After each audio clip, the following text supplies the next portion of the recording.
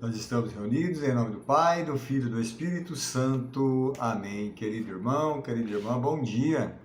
Este domingo, dia 10 de abril, celebremos em comunhão com toda a igreja o Domingo de Ramos.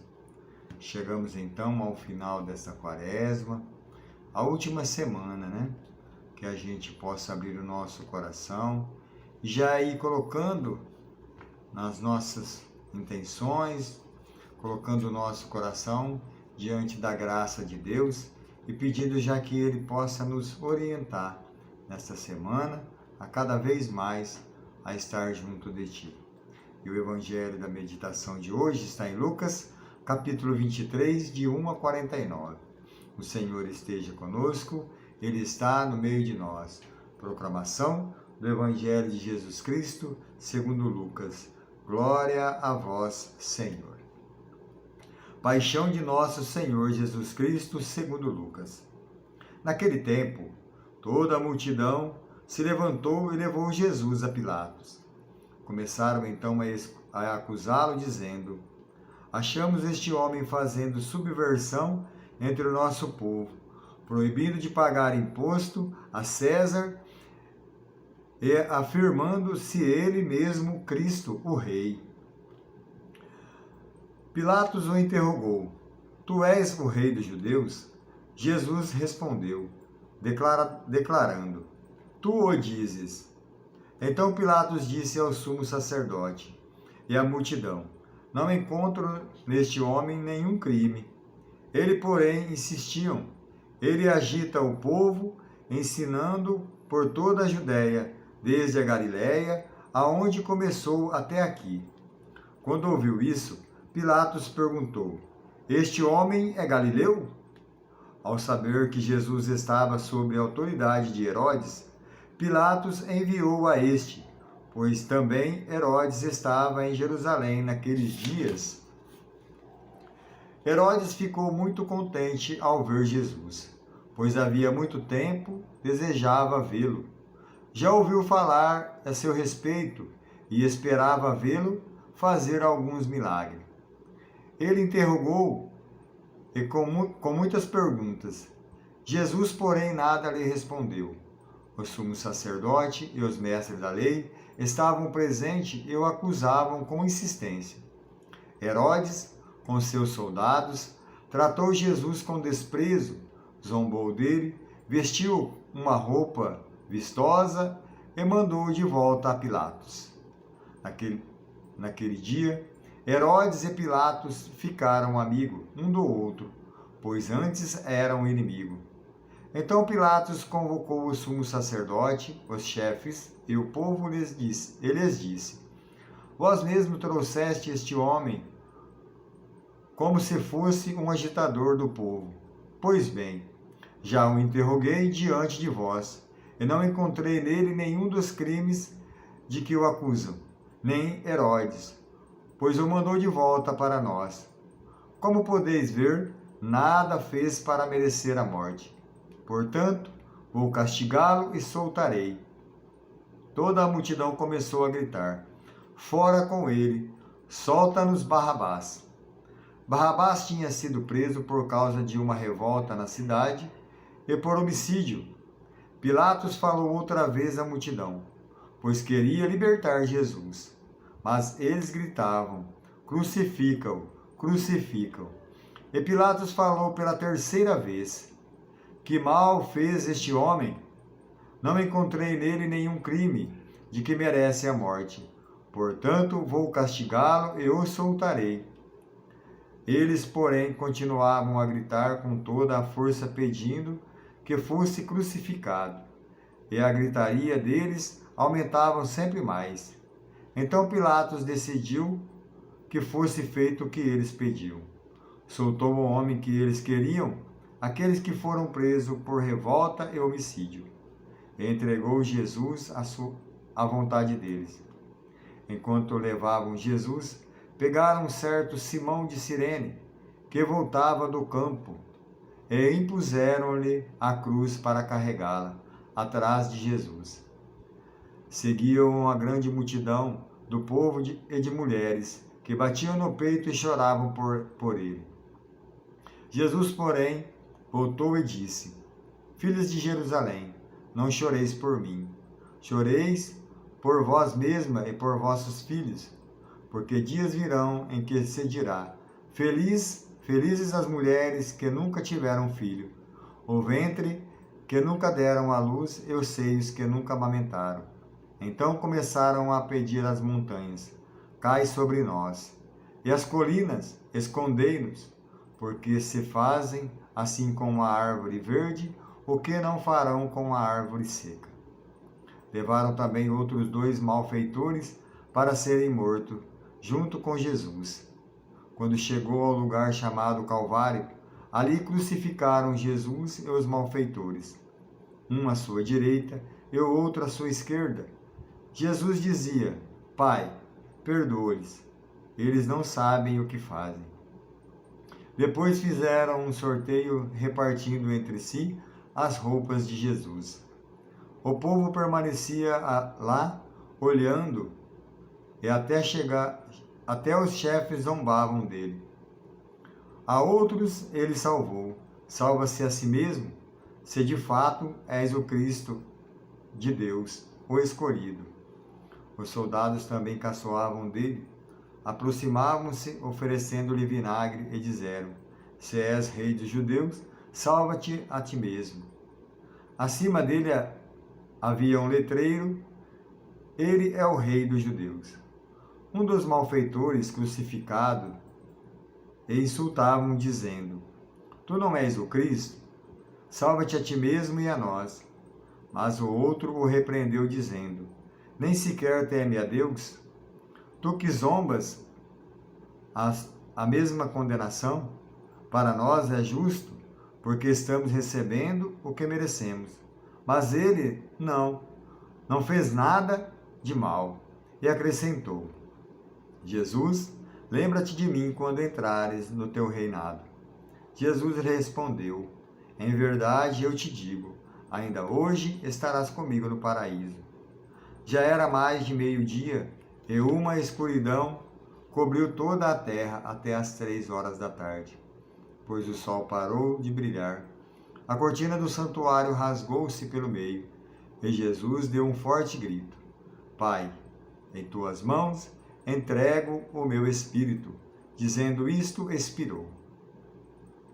O oficial do exército romano viu o que aconteceu e glorificou a Deus, dizendo: De fato, este homem era justo. E as multidões que tinham acorrido para assistir viram o que havia acontecido e voltaram para casa, batendo no peito.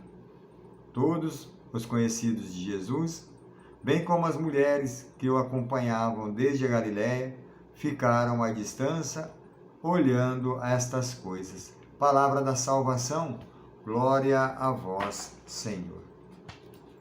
Querido irmão, querida irmã, neste domingo, o domingo de Ramos, aonde nós celebramos, junto com toda a igreja, temos 2 momentos nesta celebração, nestas missas, nós temos 2 momentos. O primeiro momento é a entrada de Jesus a Jerusalém. Fazemos sempre uma procissão, mostrando a entrada de Jesus a Jerusalém. E depois, sim, a morte e crucificação do nosso Senhor Jesus Cristo. Então, o primeiro momento nós precisamos, para nós entendermos este momento de crucificação, nós precisamos entender o primeiro momento.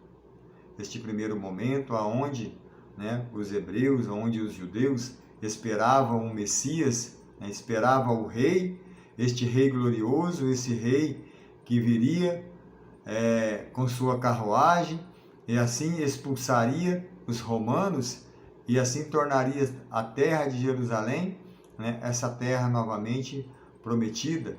Assim eles esperavam o filho de Davi, assim eles esperavam o rei dos judeus, assim eles esperavam e contava-se com os Messias, as Escrituras os mostravam. Mas, ao ver Jesus entrando no jumentinho em Jerusalém, né, ficaram tristes, ficaram, né, não acreditavam, né, muito naquilo que eles estavam vendo, porque quando se falava-se de um jumento, né, quando um jumentinho era coisa de pobre, né, era coisa de homens trabalhador, e o que eles esperavam era um rei guerreiro, um filho de Davi. Assim eles esperavam Davi, né, como um guerreiro, né, eles esperavam a sua libertação do povo romano. Mas Jesus entra num jumento, né, num jumentinho, né, ali, né, a decepção, a primeira decepção deles. Mas eles ainda, né, aclamavam Jesus. Se nós olharmos, Jesus era aclamado porque eles ainda esperavam que aconteceria alguma coisa, né, algo de extraordinário, né, teria que eles esperavam, né, acontecer. Mas Jesus era um rei do amor, um rei que se entrega por amor, um rei da obediência, né? Então, neste primeiro momento, eles ficaram tristes, eles ficaram cabisbaixos, né? E por isso, então, que nós, quando nós olhamos esse segundo momento, nós vemos que Jesus foi crucificado, né? E se olharmos, né, neste momento, querido irmão, querida irmã, nós trazemos para nós também quantas e quantas vezes nós também crucificamos Jesus. Quantas e quantas vezes nós também desanimamos ao ver Jesus, principalmente quando nós estamos doentes, quando nós não alcançamos a graça que nós necessitamos, quando nós não alcançamos aquilo que nós almejamos, como esses judeus, como esses hebreus, né? Como que está na palavra. Quando nós ficamos doentes, esperamos um milagre, não acontece o milagre esperado naquele momento. Se nós olharmos lá, né, Herodes, quando viu Jesus, né, ele ficou contente porque eles esperavam algum milagre e Jesus ali não fez milagre. Ficou triste, mandou de volta Pilatos. Querido irmão, querida irmã, nós também somos um pouco deste povo hebreu. Quando nós não aceitamos aquilo que Jesus vem nos dizer, aquilo que Jesus espera de nós. E se nós olharmos, né, a primeira leitura, né, quando nós olhamos, né, em Isaías, capítulo 50, do versículo 4 a 7, Isaías vai falar, né, que Deus deu para nós uma língua adestrada. O que é uma língua adestrada? Uma língua adestrada, querido irmão, querida irmã, é uma língua que professa coisas boas, é uma língua que professa a beleza de um Deus que está sempre junto de nós, a beleza de um Deus que mesmo nas horas difíceis ele se faz presente. É nós termos como este servo sofredor que vai falar a leitura de Isaías, né? O servo sofredor está ali para servir. Nós devemos ser este servo que na hora das necessidades nós estamos servindo ao outro e não ficar murmurando, reclamando das coisas que estão acontecendo. Uma língua adestrada é uma língua que leva o evangelho do amor, o evangelho da entrega, como Jesus o fez. Essa é uma língua adestrada.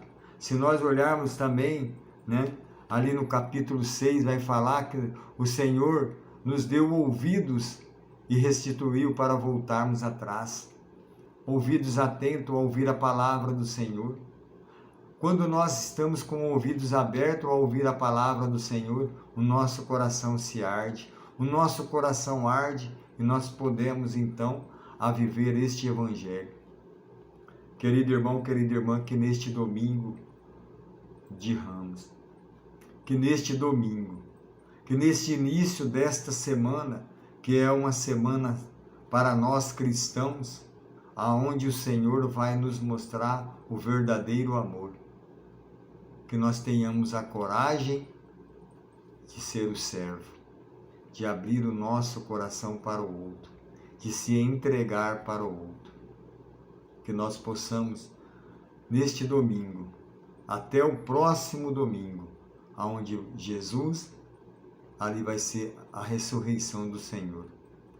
Esta, para nós, é uma semana onde nós devemos meditar a cada momento, a cada palavra, ouvindo, abrindo-se o ouvido e abrindo-se o coração, para levar a boa nova do Evangelho, levar a boa nova da Páscoa, levar a boa nova de Jesus, o amor da entrega total, o amor deste verdadeiro Deus, que se fez homem para viver tudo aquilo que nós vivemos, se despiu de tudo, da grandeza de Deus, para viver o amor. Querido irmão, querida irmã, que neste início de semana, nós também podemos viver o amor a cada um com o outro, a olhar o outro como Jesus olha, e possamos até dizer para aqueles que estão do nosso lado: hoje mesmo estarás no paraíso. Essa é a grandeza de Deus, essa é a esperança que Deus nos dá. Louvado seja nosso Senhor Jesus Cristo, para sempre seja louvado. Nós estaremos sempre reunidos e unidos, em nome de um Deus que é Pai, Filho e Espírito Santo. Amém.